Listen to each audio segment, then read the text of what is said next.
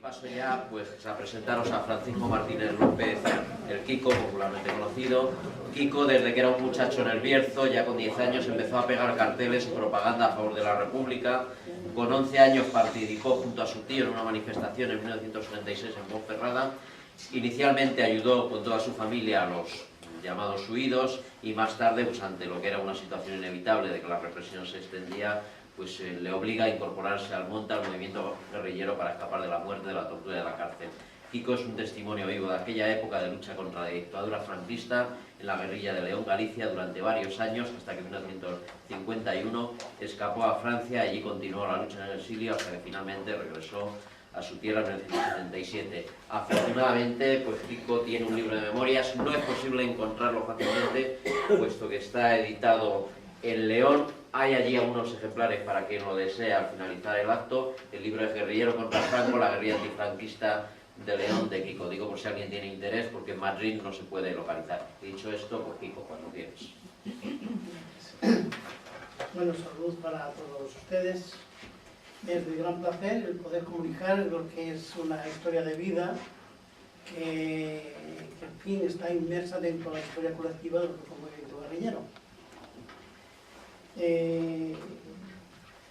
Los compañeros que me han precedido han avanzado una serie de conceptos que me parece que es el elemento que unifica los criterios que era el movimiento guerrillero. No se puede, por ejemplo, disertar sobre el movimiento guerrillero sin tener en cuenta el denominador común, que es la República, que era aquel gobierno elegido por el pueblo, donde, claro, pues con la sublevación del fascismo, pues tuvo diferentes etapas de la respuesta del pueblo, defendiendo lo que era patrimonio propio. Por eso que no se puede unificar en un mismo esquema el desarrollo de las luchas que haya sido en la guerrilla, como puede ser hoy incluso en otros movimientos. Hay que situarse en el lugar y situarlas en el tiempo. Por eso, seguramente lo que yo puedo transmitir como vivencias dentro de lo que yo llamo un movimiento guerrillero, que va más allá de lo que es una guerrilla, movimiento guerrillero, tiene esa singularidad del tiempo y del lugar. Por ejemplo, yo soy de la provincia de León, de una cuenca minera, el Bierzo, y bueno, pues en donde el 20 de julio del 36 las fuerzas franquistas que subían de Galicia ocupan aquella región. Hay un combate de las trabajadoras que querían defender la República, se pierde el combate y entonces pues quedan dos soluciones. Una, el marcharse hacia Asturias, que es donde se ha detenido, por ejemplo, el avance de las fuerzas franquistas, y otros que no han podido, el reconstituirse en lo que, comparto la idea de los compañeros, los huidos. En aquel momento la primera acción era huir. ¿De qué huir? Huir de la represión franquista, porque no se le hizo esperar. Por ejemplo, cuando se habla de fosas comunes, en toda la zona del Bierzo hay cientos de fosas comunes, pero que no son de... Bueno, hubo asesinatos hasta 1951 y 52, pero las fosas comunes en masa son ya el día 20 y 21 de julio del 36. Entonces, pues, una por convicción, una parte por convicción que se quería hacer la República, y otra de algunas personas para escapar justamente a esa masacre del asesinato de masa de todo aquello que no era, bueno, que no se movía en apoyo a la franquismo. En fin, por eso digo que el tema de la guerrilla, que sea al menos en aquella región o en otra, el denominador común es la defensa de un sistema social, un sistema político, unos valores más o menos arraigados en unas personas en otras. Todo el mundo no tenía una formación política seguramente de primer plano, pero había un sentimiento y adherías a ese sentimiento. La región donde yo nací era una región sometida ya anteriormente a esas confrontaciones político-sociales que había sido la revolución, la revolución del 34 de octubre, donde, bueno, pues la gente de mi pueblo y mi familia propia ya en aquel momento hubo, no guerrilla, pero hubo huidos, los que huyeron justamente de aumentar los 30.000 detenidos de los años 34 y que muchos de ellos incluso hubo exiliados de Asturias y de León, hubo exiliados en aquel momento. O sea que ya había una cultura más o menos anclada en el pueblo en torno a esa resistencia. Bueno, yo tenía 10 años 10 años y medio, cuando estalló la guerra, cuando el franquismo ocupa la región de León, del Bierzo, y me toca ya desde ese primer momento jugar el papel de enlace, lo que hemos más tarde dicho de enlaces. En fin, participar en la resistencia, porque una gran parte de los mayores tenían que ocultarse si no querían. Entonces formaron los primeros grupos de huidos y quienes eran los que hacían la relación entre las familias, entre los amigos y tal, pues éramos los niños y eran las mujeres. Y así fue mi experiencia ya de niño, de joven, en torno al trabajo clandestino. Bueno, eso se afianza más o menos, queda al nivel, lo que se decía aquí, de huidos, mientras no se ve una perspectiva de organización, de estructura y tal, porque durante el 36 y el 37, hasta octubre del 37, que las fuerzas franquistas ocupan Asturias, había esa posibilidad todavía, o ese ánimo de pasarse a la zona republicana, que es lo que hicieron algunos grupos de huidos del primer momento. Pasan a la zona republicana, en Asturias, pero como Asturias cae en el 34, en el 37, el que no cayó prisionero reviene a los lugares que ya conocía de haber sido huido y empieza ahí a gestarse lo que es la guerrilla, propiamente guerrilleros, porque son varios grupos y entonces conviven esos grupos, unos más o menos estructurados, pero que se va gestando ya en 1940 la composición de lo que fue la primera Federación de Guerrillas, que surge allí, al lado de mi pueblo, justamente, la primera Federación de Guerrillas de España, León, Galicia, en el año 42.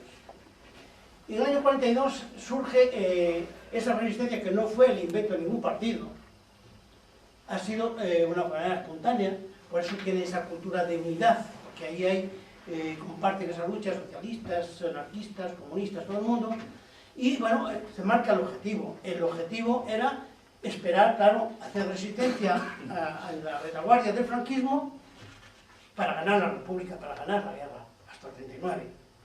Desgraciadamente, esa esperanza que la teníamos todos, yo me acuerdo muy bien, que vivíamos además con una inquietud de que, bueno, de todas formas, estaban avanzando los franquistas, pero decíamos que era mentira, porque nos sugestionábamos de que era imposible de que perdiéramos la guerra civil, la guerra de la República fuese destruida. Pero bueno, eso se alimenta hasta el año 39, que hay la evidencia. Pero claro, esas operaciones que se habían hecho ya, pues ya hay los grupos de insurgentes en contra el franquismo. La represión fue terrible, no solamente los guerrilleros, pero a todo el mundo, familiares, etcétera, etcétera, a todo el mundo que no adhería al régimen. Y así se va gestando y luego surge, pues claro, en 1942, esa idea de la formación de la Federación de Guerrillas, que eran muchos grupos que había por toda la región, hasta Lugo y Orense, pero fundamentalmente en la provincia de León, al lado de Ponferrada, se forma la primera Federación de Guerrillas y se edita el primer número del guerrillero como portavoz de las guerrillas, en 1942.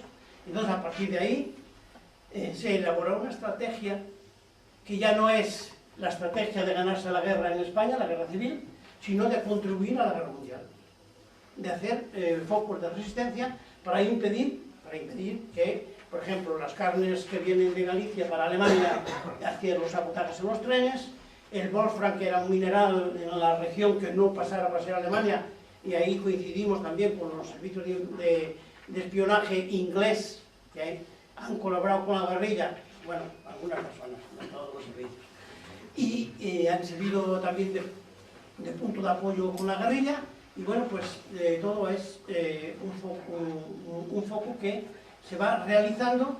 ¿Por qué? la Federación toma unas determinaciones o sea, conceptúa el tema de la acción del movimiento guerrillero con dos componentes.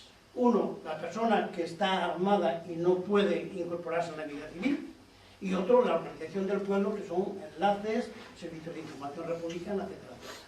Entonces, todos los jóvenes, los jóvenes que optamos por apoyar ese movimiento guerrillero, formamos los grupos de información republicana que nos ponemos al servicio de la guerrilla y realizamos tareas que corresponden también a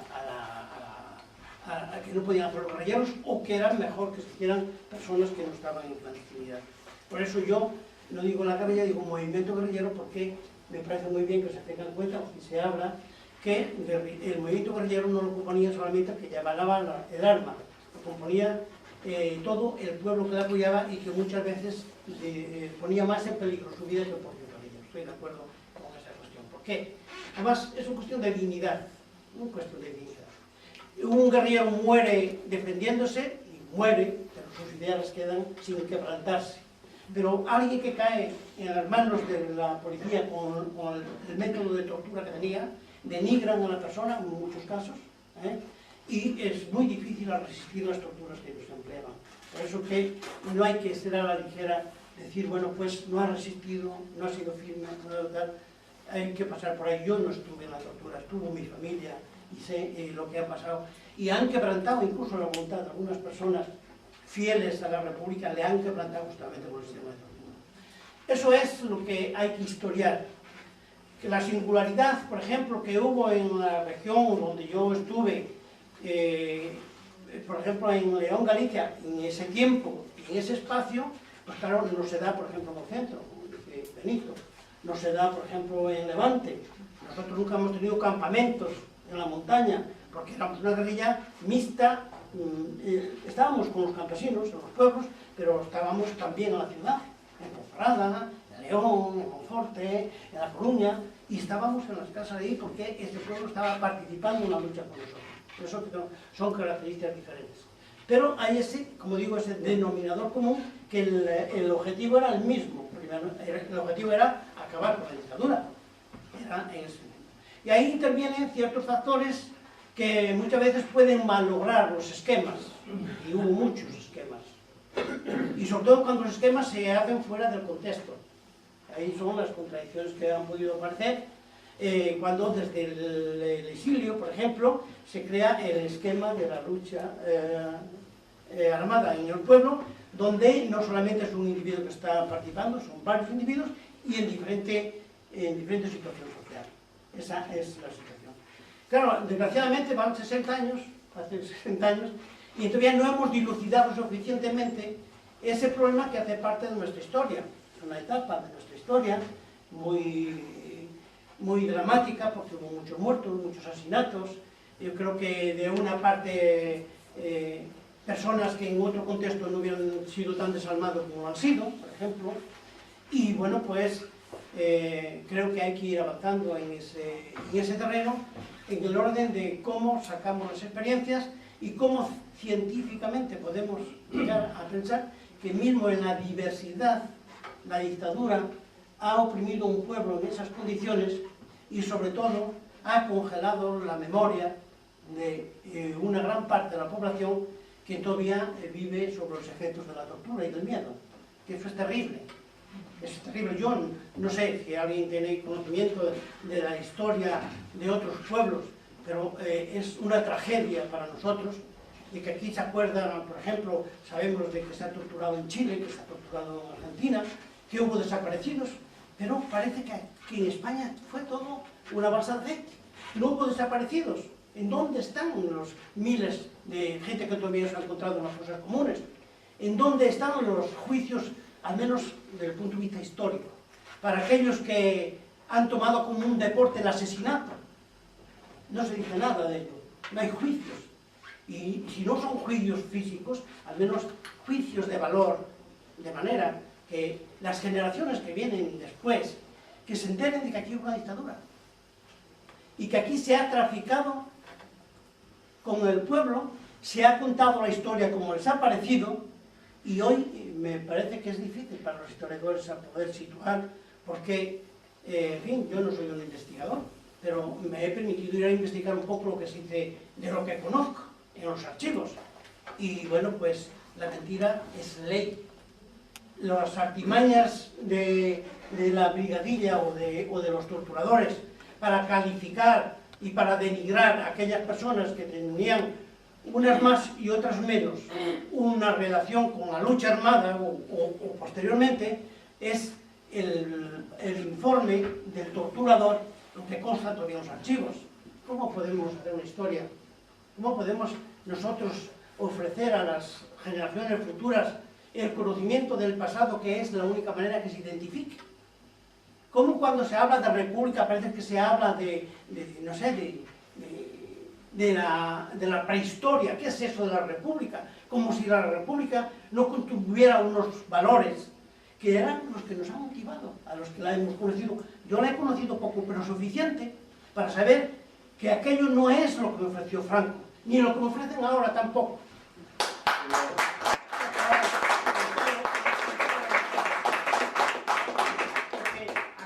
Aquel entusiasmo de participación ciudadana, que sea en los centros culturales, que sea en las asociaciones de trabajadores, que sea la fraternidad popular para defender aquellos valores, hoy nos encuentran, y cuando hacen encuestas de que la juventud pasa al 60% de política y otras cosas, cuando está sufriendo las consecuencias, está enterrando justamente su pasado, está enterrando esa memoria que fue la que hizo al pueblo español resistir 3 años en contra del fascismo internacional, y que nos hizo, a los que no hemos perdido la fe y que no hemos perdido la memoria, de seguir luchando.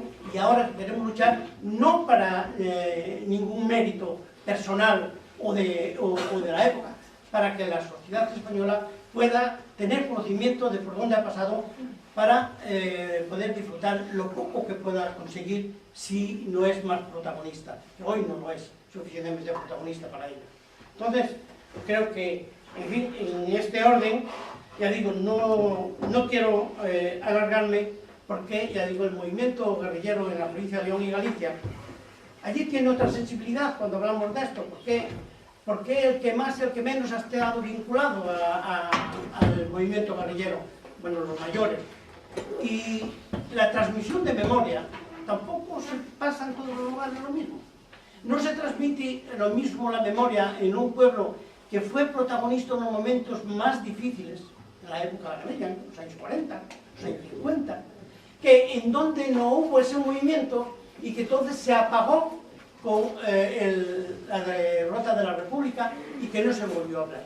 Y allí tenemos dos fenómenos. Uno, que es la dignidad que vuelve a florear cuando los padres dicen, o los abuelos le dicen a sus hijos: sí señor, yo he podido y tal, y entonces recobra justamente esa dignidad. O también la otra parte, que es lo que yo señalo, la memoria bloqueada por la represión y por todo lo que han pasado, que también contribuye a que las nuevas generaciones no quieren saber el pasado porque ha sido muy doloroso. Y la memoria del dolor y la memoria del desencanto es fruto del estímulo que se hace en este momento. Si no estimulamos los valores por los cuales se luchó y se sufrió y se fue torturado, automáticamente ningún joven tiene ningún interés de ser otra vez torturado o correr los mismos riesgos si no conoce los valores. Y aquellos valores es justamente la memoria, y yo creo que hay que seleccionar también, al menos nosotros los que tenemos más o menos criterio, seleccionar qué conceptos de memoria son los que hace falta revivir y cómo poder superar justamente los traumas que es la herencia y las huellas que nos ha dejado el franquismo. Y no faltan voces justamente para reivindicar los valores del franquismo. No creo que el pueblo merezca el desprecio para que no surjan también las voces de izquierda, que se llaman de izquierda, que no sea virtual, que sea izquierda real. Esas voces justamente para poner sobre el tapete esos valores. Y claro, no se puede hacer si son timoratos, si todavía los guerrilleros son bandoleros, pero que esos mártires mudos no se les dice: ustedes también han contribuido a que no perecieran del todo los sentimientos republicanos o los sentimientos democráticos para haber contribuido justamente a esta democracia. No, esta democracia nos la han regalado, nos la han hecho. Aquí fue cuestión de notables y se hizo una transición y donde se negoció justamente el patrimonio de lucha, el patrimonio republicano y el patrimonio de sus sentimientos, de sus valores. Se ha negociado y entonces no hay posible de desbloquear esa situación. Bueno, hoy habéis visto en el país que ya se habla de que hay el reconocimiento a la memoria y tal y tal. Viene ya hoy en el país porque hay un proyecto de ley, que hay muchos proyectos de ley que pasaron por el Parlamento. Yo me acuerdo del año 2001, en donde, bueno, allí fue un forcejeo para si los guerrilleros eran o no bandoleros. Bueno, el PP incluso ha cedido de que no eran bandoleros, pero ¿qué más da? ¿Qué más da? De todas maneras no se va a mover la ley de amparo. Ustedes serán siempre los marginados. Y con ustedes, todos los que le han apoyado y los que han sido aquel movimiento. Espero que este proyecto de ley que ayer pasó por mayoría no quede también empantanada en esa forma simbólica de, bueno, ya hemos arreglado el problema de la memoria histórica. La memoria histórica no se resuelve si no se le da al pueblo conocimiento de que ha sido la tragedia de la guerra civil y el franquismo.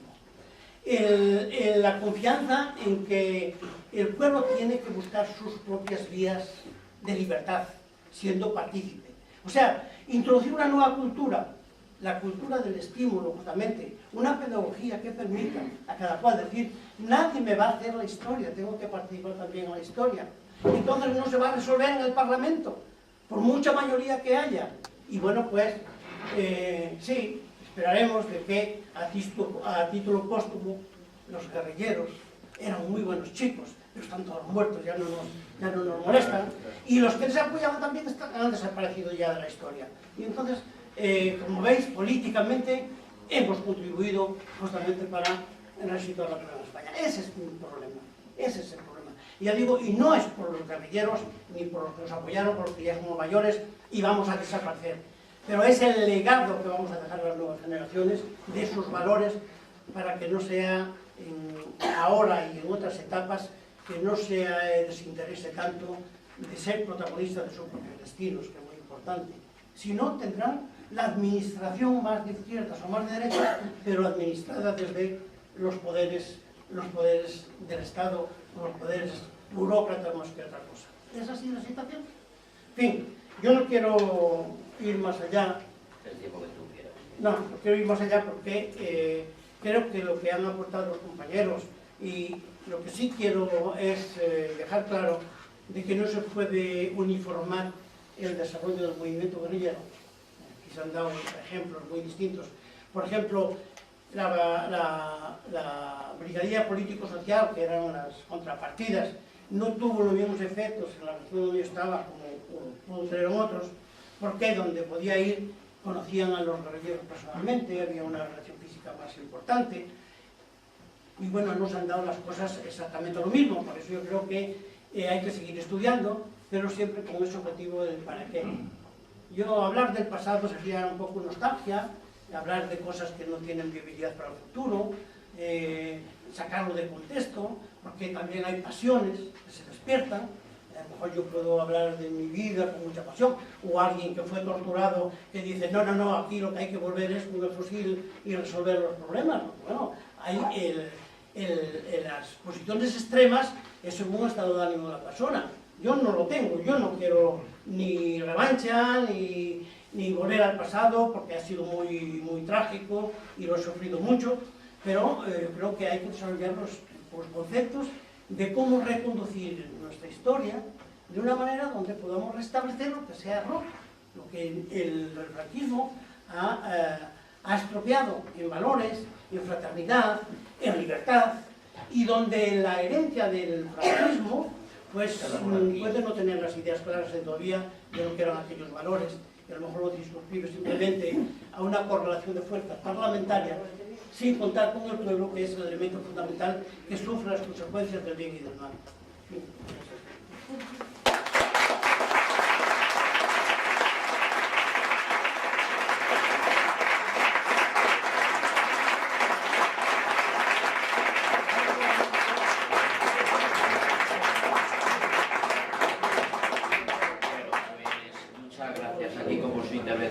digo que quien quiera al finalizar el acto, el libro de Kiko está ahí disponible.